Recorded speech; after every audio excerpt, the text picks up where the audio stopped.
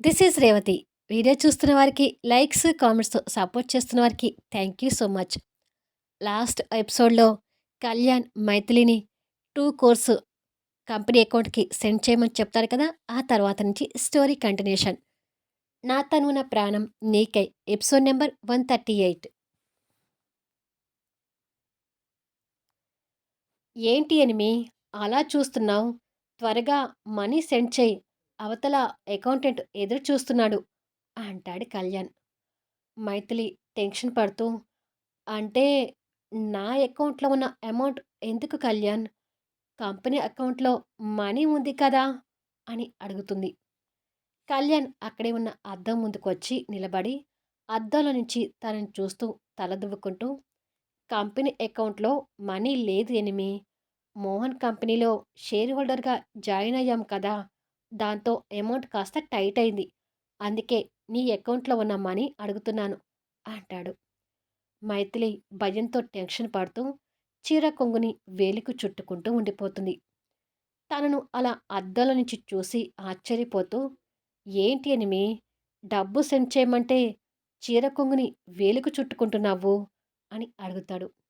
ఆ వెంటనే చీర కొంగు వదిలేసి కంగారు పడుతూ, నా దగ్గర డబ్బు లేదు కళ్యాణ్ అని చెప్తుంది.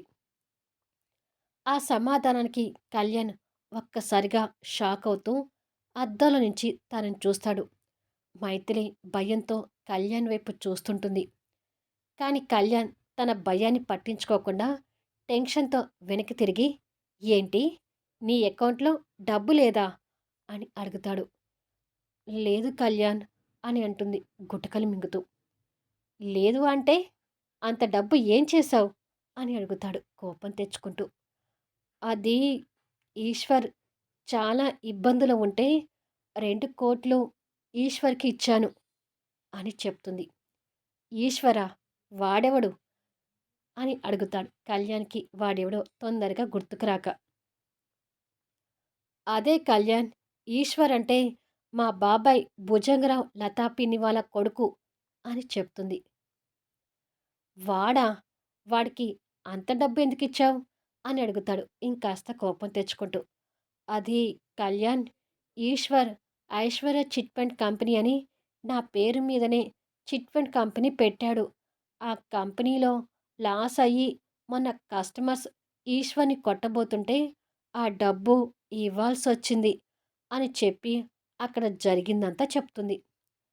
తన మాటలకు షాక్ అవుతూ, ఎవ్వడో గొట్టంగాడు తన్నులు తింటుంటే తీసుకపోయి 2,00,00,000 దారపోసొచ్చావా? బుద్ధుండే ఇలా చేశావా? అని తిడతాడు. కళ్యాణ్ తిట్లకి ఎనిమి భయపడుతూ, అతను గొట్టంగాడు ఎందుకవుతాడు కళ్యాణ్? స్వయాన మా బాబాయ్ కొడుకు కదా! అని అంటుంది. షటప్ మైథిలి. బాబాయ్ కొడుకైతే ఏంటి? ఇంకొకడైతే ఏంటి? అంత డబ్బు ఇచ్చేటప్పుడు నాకొక్క మాట చెప్పాలని సెన్స్ లేదా నీకు? అని సీరియస్ అయ్యాడు. అప్పుడు నీకు ఫోన్‌కి చేయాలని ట్రై చేశాను కళ్యాణ్. కానీ ఆ టైంలో నువ్వు మీటింగ్‌లో ఉండి ఫోన్ స్విచ్ ఆఫ్ చేశావు. అప్పుడే నేను చెర్రీ స్కూల్ మీటింగ్ కూడా మిస్ అయ్యాను అని చెప్తుంది. ఓహో! చెర్రీ పేరెంట్స్ టీచర్ మీటింగ్ వెళ్ళకుండా ఆ రోజు నువ్వు ఉద్ధరించిన ఘనకార్యం ఇదన్నమాట అని తిడతాడు. అది కళ్యాణ్ కస్టమర్స్ ఈశ్వర్‌ని కొడుతుంటే చూడలేక అమౌంట్ ఇచ్చాను అని చెప్తుంది. నువ్వు ఇచ్చిన అమౌంట్ ఒక 100, 200 లేక ఒక 1000, 2000 కాదు. అక్షరాల 2,00,00,000. మిడిల్ క్లాస్‌లో పెరిగిన దానివి అంత డబ్బు విలువ తెలియకుండా అతనికి 2,00,00,000 అలా ఎలా దారపోసావు? అసలు ఆ ఈశ్వర్ ఎటువంటి వాడో నీకు తెలుసు కదా! అని సీరియస్ అవుతాడు. ఈశ్వర్ అప్పట్లాగా లేడు కళ్యాణ్. అప్పుడు నేనిచ్చిన డబ్బుతో బుద్ధిగా మారిపోయి చిట్ ఫండ్ కంపెనీ పెట్టుకున్నాడు. కానీ అతని టైం బాగలేక ఆ కంపెనీ లాస్ అయింది అని మైథిలి చెప్తుంటే, అలా అని ఈశ్వర్ నీకు చెప్పాడు. అది నువ్వు నమ్మావు. అంతేనా? అని అడుగుతాడు కోపంగా చూస్తూ. నమ్మాను అంటే అదే నిజం కళ్యాణ్. లేకపోతే కస్టమర్స్‌తో తన్నులెందుకు తింటాడు చెప్పు? అప్పుడున్న పరిస్థితికి ఈశ్వర్ తన్నులు తింటుంటే చూడలేక డబ్బిచ్చాను అని అంటుంది. మైథిలి మాటలకు కళ్యాణ్‌కి భరించలేని కోపం వస్తూ, అసహనం పెరుగుతూ, "డబ్బు ఇచ్చినప్పుడు ఇంతవరకు నాకు ఒక్క మాటైనా చెప్పావా?" అని అడుగుతాడు. "ఎప్పటికప్పుడు చెప్పాలనుకొని మర్చిపోయాను కళ్యాణ్" అని అంటుంది. "ఏంటి? 2,00,00,000 గురించి అంత ఈజీగా మర్చిపోయావా?" అని ఇంకా సీరియస్ అవుతాడు. "అంటే కళ్యాణ్, మన మధ్య డబ్బు డిస్కషన్ రాలేదు కదా! అందుకే చెప్పలేకపోయాను" అని అంటుంది. కళ్యాణ్ వస్తున్న కోపాన్ని కంట్రోల్ చేసుకుంటూ, "అతనికి 2,00,00,000 దానం చేసావు బాగానే ఉంది. కానీ ఇప్పుడు నేను స్టాఫ్‌కి ఎలా శాలరీస్ ఇవ్వాలి?" అని అడుగుతాడు. "మనకి డబ్బు ఇంత టైట్ అవుతుందని నాకు తెలీదు కదా!" అంటుంది మైథిలి. "ఏమైనా నువ్వు చేసింది చాలా పెద్ద తప్పు మైథిలి. నా ఫోన్ కలవనప్పుడు డబ్బు ఇవ్వకుండా వెయిట్ చేయాల్సింది. నన్ను అడిగి డబ్బు ఇవ్వాల్సింది. అది తక్కువ అమౌంట్ అయితే నిన్ను పట్టించుకునేవాడిని కాదు. కానీ 2,00,00,000 అంటే నువ్వు చేసిన పిచ్చితనానికి నాకు కోపం వస్తుంది" అంటూ కోప్పడతాడు. అప్పుడే చెర్రీ రూమ్‌లోకి ఎంటర్ అవుతాడు. "అంటే ఏంటి కళ్యాణ్? నేను స్వతహాగా నిర్ణయాలు తీసుకునే హక్కు నాకు లేదా? ప్రతిదీ నిన్నడిగే చేయాలా? అంటే పేరుకు మాత్రమే నేను చైర్‌పర్సన్‌ని. కానీ నాకు ఏ అధికారాలు లేవన్నమాట" అని మైథిలి కూడా వాదనకు దిగుతుంది. "మతి లేనట్టుగా సంబంధం లేని విషయాలు మాట్లాడకు మైథిలి. నీ దగ్గర డబ్బు ఉందనుకొని నేనక్కడ అకౌంటెంట్‌కి మాట ఇచ్చాను" అంటాడు కళ్యాణ్. వాళ్ళిద్దరూ దెబ్బలాడుకుంటూ ఉంటే చెర్రీ గుడ్లు వెళ్లబెట్టి బెదిరిపోతూ చూస్తున్నాడు. మాట ఇచ్చే ముందు డబ్బు గురించి ముందుగానే నన్ను అడగాల్సింది. నా తరపు వారికి డబ్బు ఇచ్చానని విషయాన్ని తట్టుకోలేక ఇంత రాద్ధాంతం చేస్తున్నావు కదా కళ్యాణ్! అయినా ఇది నా డబ్బు కాదు కదా! నువ్వు సంపాదించుకున్న డబ్బు కదా! అందుకే అంత డిమాండ్‌గా మాట్లాడుతున్నావు. నువ్వు తిడితే నాకు పడే హక్కు ఉంది. ఏం చేస్తాను? అంతా నా కర్మ" అంటూ కన్నీళ్లు పెట్టుకుంటూ ఆ రూమ్ నుంచి వెళ్ళిపోతుంది. తన మాటలకు కళ్యాణ్ ఆశ్చర్యపోతూ అక్కడ బెదిరిపోతూ ఉన్న చెర్రీ వైపు చూస్తాడు. చెర్రీ మౌనంగా బాధపడుతూ ఆ రూమ్‌లో నుంచి వెళ్ళిపోతాడు. అకౌంటెంట్ నుంచి మళ్ళీ ఫోన్ కాల్ వస్తుంటుంది. ఈ తింగర్దన్న మాటలకి మైండ్ పని చేయకుండా పోయింది. ఛ! అని అనుకొని కాల్ లిఫ్ట్ చేసి మాట్లాడుతూ, "అనుకోని పరిస్థితిలో అమౌంట్ స్టక్ అయింది. రేపు మార్నింగ్ వరకు అమౌంట్ చూద్దాం. మీరిక ఆఫీస్ నుంచి ఇంటికి వెళ్ళిపోండి" అని సమాధానం చెప్తాడు. కళ్యాణ్ సమాధానానికి ముందు అకౌంటెంట్ కాస్త ఆశ్చర్యపోయి, ఇక అంతకు మించి మాట్లాడే లిమిట్స్ అతనికి లేవు కాబట్టి, "ఓకే సార్" అని చెప్పి ఫోన్ పెట్టేస్తాడు. కళ్యాణ్ పూర్తిగా డల్ అయిపోయి బెడ్ మీద కూలబడి రిలాక్స్‌గా కళ్ళు మూసుకొని డబ్బు కోసం ఆలోచిస్తూ ఉంటాడు. మైథిలి మాత్రం ఇంకొక రూమ్‌లో కూర్చొని కన్నీళ్లు పెట్టుకుంటూ ఉంటుంది. భార్యాభర్తలన్నాక చిన్న చిన్న గొడవలు సహజమమ్మా. కోపంలో కళ్యాణ్ బాబు గారు మిమ్మల్ని 2 మాటలన్నందుకు ఇంతగా ఎడవాలా?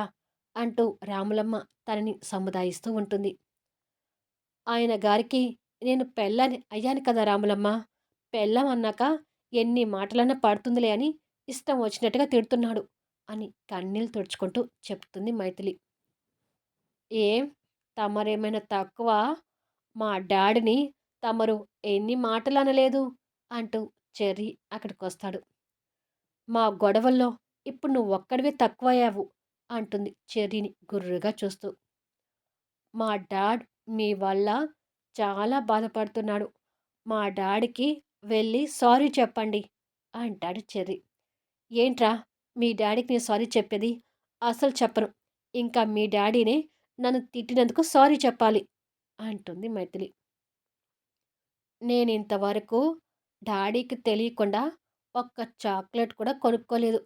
మరి మీరు 2,00,00,000 ఎవరికో ఇచ్చి వస్తే డాడీకి కోపం రాదా? అని అడుగుతాడు బుడ్డోడు. నేనంటే నీకు అస్సలు ఇష్టం లేదు కదా! అందుకే నువ్వు మీ డాడీకి సపోర్ట్ చేస్తున్నావు అని అంటుంది కోపంగా చూస్తూ. ఇక్కడ ఎవరిది కరెక్ట్ అయితే వాళ్ళది సపోర్ట్ చేస్తాను. ఇక్కడ మీది మిస్టేక్ ఉంది కాబట్టి నేను సారీ చెప్పమంటున్నాను అంటాడు చెర్రీ డిమాండ్‌గా. అవునమ్మా! భార్యాభర్తలు ఒకరికొకరు సారీలు చెప్పుకుంటే చాలా వరకు మనస్పర్ధలు తగ్గిపోతాయి. ముగ్గురు సరదాగా బయటికి వెళ్ళాలని అనుకున్నారు. సడన్‌గా గొడవ పెట్టుకొని బాధపడుతున్నారు. ఇప్పుడైనా వెళ్ళి కళ్యాణ్ బాబు గారితో మాట్లాడి చెర్రీని తీసుకొని బయటికి వెళ్ళి రండి అని చెప్తుంది రాములమ్మ. లేదులే రాములమ్మ. ఇప్పుడు బయటికి వెళ్ళే మూడ్ కళ్యాణ్‌కి లేదు. నాకు లేదు. రేపు స్టాఫ్‌కి శాలరీస్ ఇవ్వాలి. ఇప్పుడు దాకా కళ్యాణ్ నా దగ్గర డబ్బుందనుకున్నాడు. ఈ రాత్రికి రాత్రి అంత డబ్బు ఎలా సర్దుబాటు చేస్తాడో తెలియడం లేదు అని మళ్ళీ బాధపడుతుంటుంది. బయటికి వెళ్ళాలనే ప్లాన్ పూర్తిగా మర్చిపోయి డబ్బు కోసం కళ్యాణ్ వాళ్ళకి వీళ్ళకి ఫోన్లు చేసి మాట్లాడుతుంటాడు. సారీ కళ్యాణ్ గారు. ఇంత తక్కువ టైంలో 2 కోర్స్ అంటే చాలా కష్టం. 4, 5 రోజులంటే చూడగలుగుతాను కానీ, ఇప్పటికిప్పుడు కావాలంటే అంత డబ్బు మా దగ్గర లేదండి అని ఎవ్వరికి ఫోన్ చేసినా ఇదే సమాధానం వస్తుంటుంది. ఓకేనండి అని చెప్పి కళ్యాణ్ మరొకరికి కాల్ చేస్తుండగా మైథిలి ఆ రూమ్‌లోకొస్తుంది. మైథిలి డబ్బిచ్చిన దానికన్నా కూడా తననన్న మాటలకి ఇంకా కోపంగా ఉన్న కళ్యాణ్ తనని చురచుర చూసి కాల్ చేస్తుంటాడు. మైథిలి అదంతా చూస్తూ కళ్యాణ్ కోపానికి భయంగా ఓ పక్కకు నిలబడి ఉంటుంది. సారీ చెప్పాలన్నా ఆ కోపం చూసి ధైర్యం చేయలేక ఓ పక్కకు నిలబడి ఉంటుంది. శ్రేయ శకుంతల గారి సహాయంతో వంట నేర్చుకుంటూ ఉంటుంది. తనకి ఆ వంటలని చేయాలంటే ఇరిటేట్‌గా అనిపిస్తున్నా, ఏదో కష్టంగా ఆ పనులని చేస్తూ ఉంటుంది. ఒక 2 రోజులే నేను కిచెన్‌లోకి రావడానికి మోహన్ అవకాశం ఇచ్చాడమ్మా. ఈ 2 రోజుల తర్వాత నేను కిచెన్‌లోకి రాలేను. వాడి మాటని కాదని కిచెన్‌లోకి వస్తే వాడు ఊరుకోడు. కొన్ని విషయాల్లో మోహన్ చాలా స్ట్రిక్ట్‌గా ఉంటాడు. అందుకే నువ్వే వంటలని నేర్చుకొని చేయాలి అని అంటుంది శకుంతల గారు. కొడుకు వంక చెప్పి ఈవిడ గారు కూడా నాతో పనులని చేయించుకోవాలనుకుంటుంది. అందరూ అందరే. కానీ ఏం చేస్తాను? నేను నా కొడుకుని చూసుకోవాలంటే ఇవన్నీ భరించాలి అని తిట్టుకుంటూ శ్రేయ వంట చేస్తుంటుంది. కాసేపటికి వంట పూర్తి కాగానే శ్రేయ బయటకొచ్చి సురేఖ దగ్గరున్న బాబుని తీసుకుని ఆడిస్తూ ఉంటుంది. ఏ కాస్త సమయం దొరికినా లేదంటే బాబు ఏడుస్తున్నా వచ్చి బాబుని చూసుకుంటూ పాలిస్తుంటుంది. వంట చేయటం అయిపోయినట్టుంది కదా! మీరు వెళ్లి స్నానం చేసి రండి. ఈలోపు బాబుని నేను పట్టుకుంటాను అంటుంది సురేఖ. స్నానం అనగానే తను ఇంటి నుండి కట్టుబట్టలతో రావడం శ్రేయకి గుర్తొస్తుంది. అక్కడికొచ్చిన శకుంతల గారికి కూడా ఆ విషయం అర్థమయ్యి, మోహన్ బయటే ఉన్నాడు కదా! నీకు బట్టలు కొనుక్కొని రమ్మని ఫోన్ చేస్తాను ఉండమ్మా అని చెప్పి శకుంతల మోహన్‌కి ఫోన్ చేస్తుంటుంది.